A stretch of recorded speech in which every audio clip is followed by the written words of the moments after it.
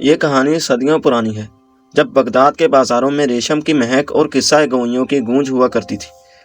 یہ داستان منصور کی ہے، ایک ایسا سوداگر جس کی تجوریاں سونے سے بری تھیں مگر اس کا دل غرور اور تکبر سے لبریز تھا۔ منصور کے محل میں دنیا بھر کے عجیب و غریب خزانے تھے، لیکن اسے سب سے زیادہ فخر اپنے ایک مخملی قالین پر تھا جو ہوا میں اڑ سکتا تھا۔ کہتے ہیں یہ قالین ایک بوڑھے درویش نے سلیمانی علم سے بنایا تھا۔ ایک دن وہی درویش منصور کے دربار میں آیا مگر منصور نے اسے اپنے نوکروں سے دھکے دے کر باہر نکلوا دیا۔ جاتے جاتے درویش نے کہا، جس اونچائی پر تم جانا چاہتے ہو وہاں پہنچ کر بھی تم خود کو سب سے نچلا محسوس کرو گے۔ منصور نے اس بات کو ہنسی میں اڑا دیا۔ کچھ دن بعد وہی درویش اس کے خواب میں آیا۔ صبح اٹھتے ہی منصور نے دیکھا کہ وہ جادوئی قالین اس کے تخت کے پاس رکھا ہوا ہے۔ اب وہ جب چاہتا قالین پر بیٹھ کر آسمانوں میں اڑ جاتا۔ وہ نیچے زمین پر چلنے والے لوگوں کو کیڑوں مکوڑوں کی طرح حقیر سمجھنے لگا۔ ایک جمعہ کے دن جب مسجد سے اذان کی آواز بلند ہو رہی تھی اور لوگ نماز کے لیے جا رہے تھے، منصور اپنے قالین پر سوار ہوا اور آسمان کی طرف اڑنے لگا۔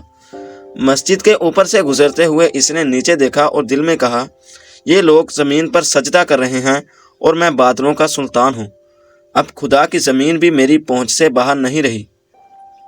اسی لمحے اس کے کپڑوں سے ایک چھوٹی سی بری چونٹی حرکت میں آئی۔ یہ وہی چونٹی تھی جس کے خاندان کو منصور نے ایک دن باغ میں بے رحمی سے روند دیا تھا۔ چونٹی قالین کے جادوئی داغوں کو کاٹنے لگی۔ جیسے ہی مرکزی داغا ٹوٹا، قالین بے قابو ہو گیا۔ منصور زور سے چیخا مگر وہ تیزی سے نیچے گرتا ہوا ایک ویران ریگستان میں جا گرا۔ جب اسے ہوش آیا تو اس نے خود کو ایک عجیب جگہ پر پایا۔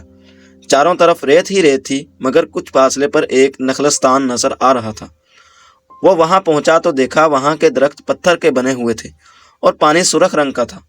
اچانک ایک گونجدار آواز سنائی دی، اے آدمزاد، یہاں سونا نہیں صرف عمل چلتا ہے۔ اس نے ادھر ادھر دیکھا تو ہزاروں لاکھوں بڑی چیونٹیاں اس کے گرد کھڑی تھیں۔ ان کے درمیان ایک سفید چیونٹی تخت پر بیٹھی تھی۔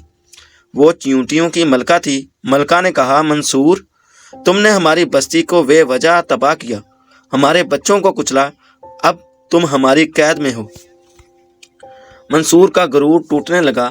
اس نے کہا، مجھے معاف کر دو، میں تمہیں سونے کا پہاڑ دے دوں گا۔ ملکہ مسکرائی اور بولی، تمہارے سونے یہاں ریت کے زروں کے برابر بھی قیمت نہیں رکھتے۔ انسان اپنی تھوڑی سی طاقت پر غرور کرنے لگتا ہے مگر بھول جاتا ہے کہ اس سے بڑی طاقت بھی موجود ہے۔ پھر ملکہ نے اسے ایک قصہ سنایا۔ ایک بادشاہ شکار کے دوران جنگل میں بھٹک گیا۔ پیاس سے نڈال ہو کر وہ ایک بزرگ کے پاس پہنچا اور پانی مانگا۔ بزرگ نے پوچھا، اگر پوری کائنات میں صرف ایک پیالہ پانی رہ جائے اور تمہیں وہ آدھی سلطنت کے بدلے ملے تو تم سودا کرو گے؟ بادشاہ نے کہا، ہاں۔ بزرگ نے پھر پوچھا، اگر وہ پانی تمہارے جسم میں رک جائے اور باہر نکالنے کے لیے باقی آدھی سلطنت بھی دینی پڑے تو؟ بادشاہ نے کہا، ہاں۔ بزرگ نے کہا، پھر اس سلطنت پر غرور کیوں جس کی قیمت صرف ایک پیالہ پانی سے زیادہ نہیں؟ یہ سن کر منصور شرمندہ ہو گیا۔